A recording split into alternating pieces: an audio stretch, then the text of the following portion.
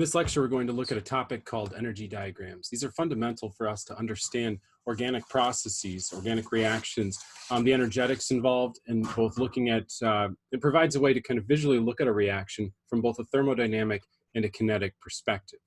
So getting into it,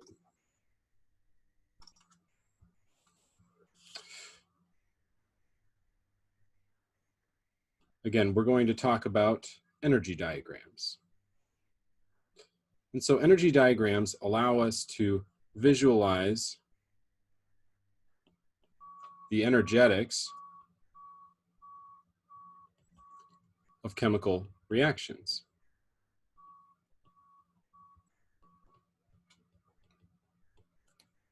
Okay, so what I want to do first is just kind of recap what we were looking at previously with thermodynamics. So in thermodynamics, we're looking at the balance of enthalpy and entropy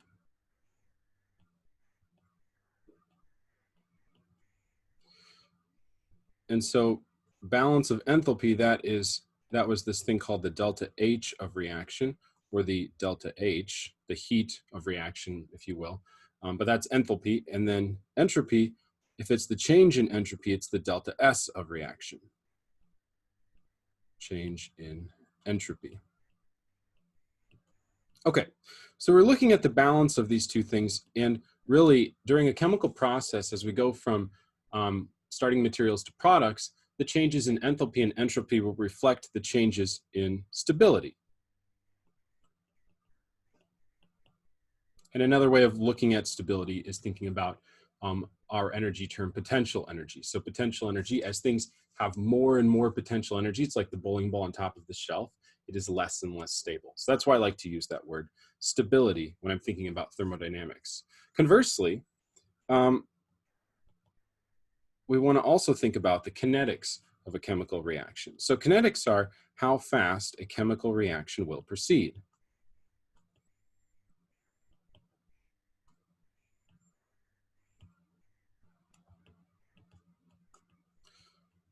And in upcoming lectures, we'll look at what influences whether or not a reaction will be fast or slow. These are really good ways of describing reactions. But all of these things, kind of the balance of enthalpy, entropy, and how fast a reaction occurs, can be easily depicted in what's called an energy diagram. And it's something we're going to be using quite a bit. It's a fairly simple graph. And so in an energy diagram, we have, first of all, let's just remind ourselves that this is a graph. So with a graph, and I'm about to run out of paper, but that's okay. With a graph, we have axes. We're going to consider only the positive y and positive x-axis. We're going to call this x-axis the reaction coordinate. The x-axis is called the reaction coordinate, and the y-axis is some sort of energy value.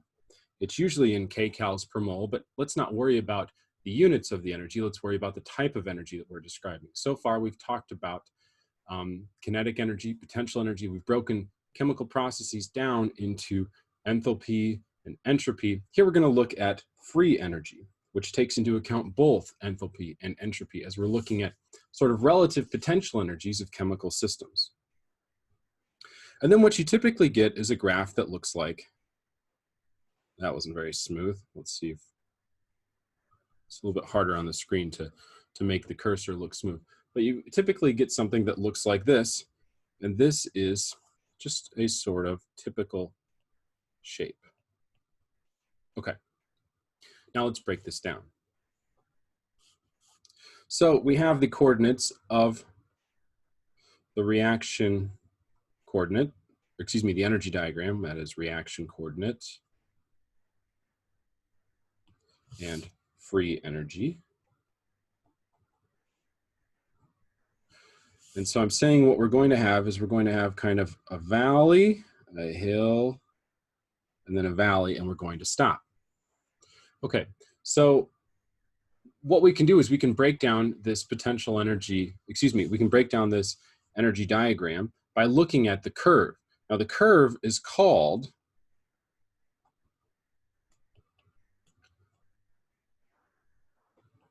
a potential energy surface.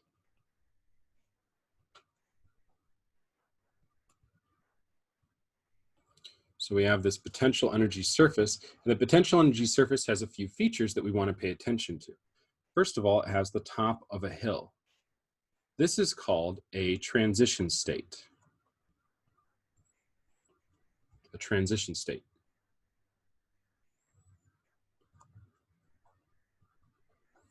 And then we have these sort of bottoms of a valley.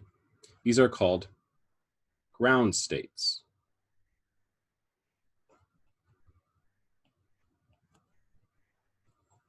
Okay, so ground states.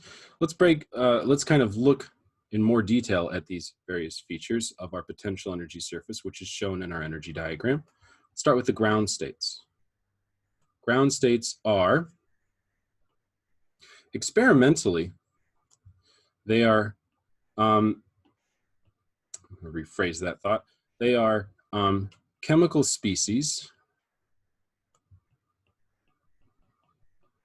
that can be isolated. Now, in terms of what we've looked at in this class so far, ground states can be starting materials,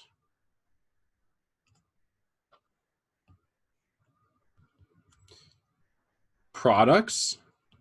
So those two things we've looked at, what you start with and what you end up with in the midst of a reaction. We've seen those before.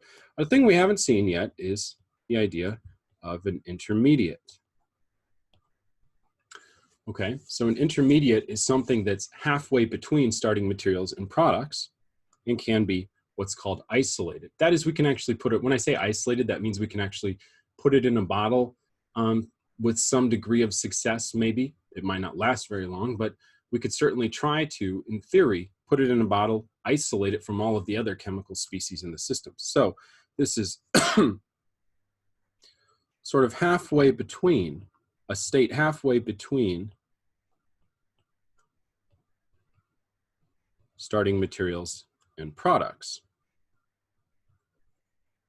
that can be isolated. Okay, now the intermediate is going to feel a lot like this next feature of our potential energy surface. Again, the curve within our energy diagram, and that is the transition state. But there's a key difference. The transition state is, maybe a little bit more precise about this definition. Okay, so this is the arrangement of atoms and bonds where the system has sufficient energy to move to the next ground state.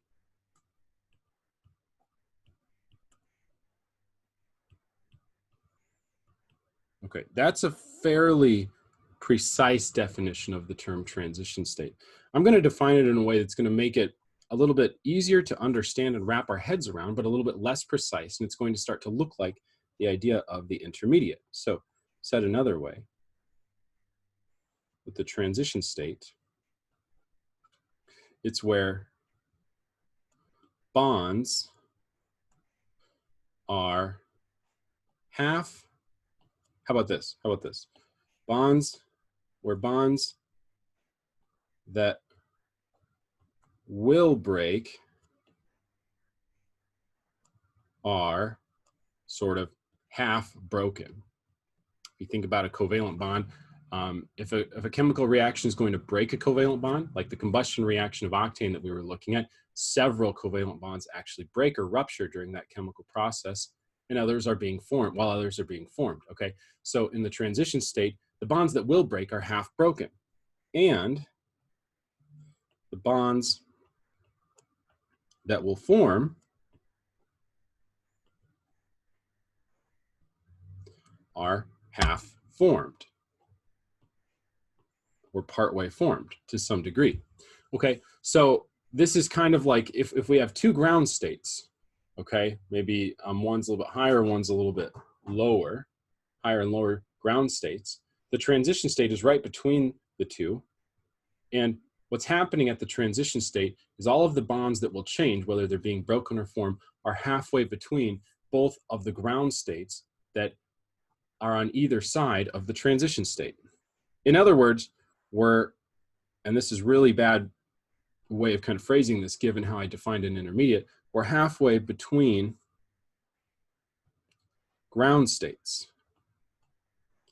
So if we were going directly from starting materials to products, you might say we're halfway between the starting material and products, and this is going to sound exactly like an intermediate. However, a transition state will connect a starting material to an intermediate, maybe an intermediate to another intermediate. It'll just connect ground states all day long. But one key difference between a transition state and an intermediate is this cannot be isolated. We cannot put a transition state into a bottle. We cannot isolate it. Okay. So what I want us to be able to do is kind of think in other ways about this. So the transition state is really powerful. Understanding the transition state is very powerful to understanding how a chemical reaction is occurring. The transition state has some features, okay? It's the top of a hill in a potential energy surface. Now the surface, so far, we're going to look at specific examples of these in the next lecture, but the surface so far looks something like this. This is the very top. That is our TS for transition state. Okay. What we say here is that generally bond formation and breaking are equal.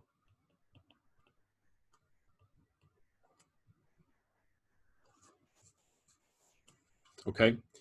And it's the highest energy a system can achieve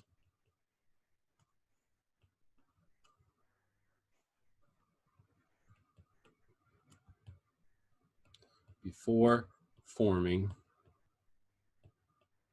or transitioning to another ground state.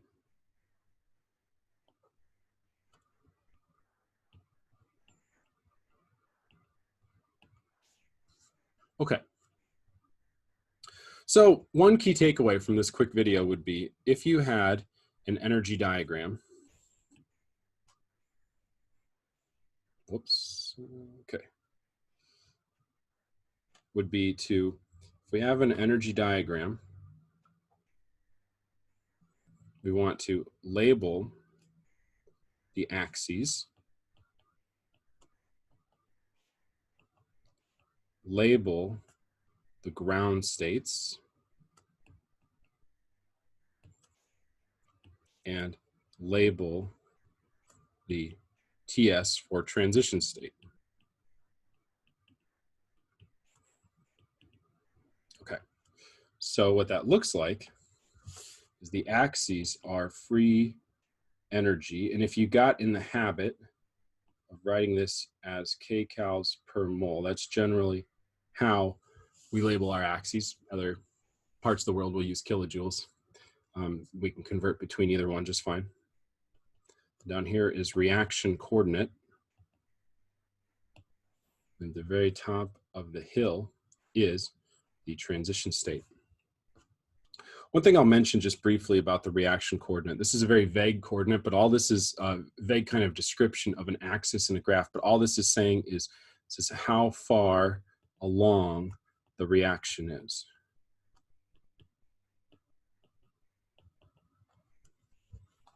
Okay, and that's it. All right, so in this quick video, we looked first, this is our first look into the world of energy diagrams. We're going to be using these extensively in the next few lectures, and we'll look at particular instances of chemical reactions, whether they're spontaneous, not spontaneous, exergonic, endergonic, that sort of thing, and draw various energy diagrams for them. And we'll also get a better understanding of things like intermediates versus transition states the more we use these things.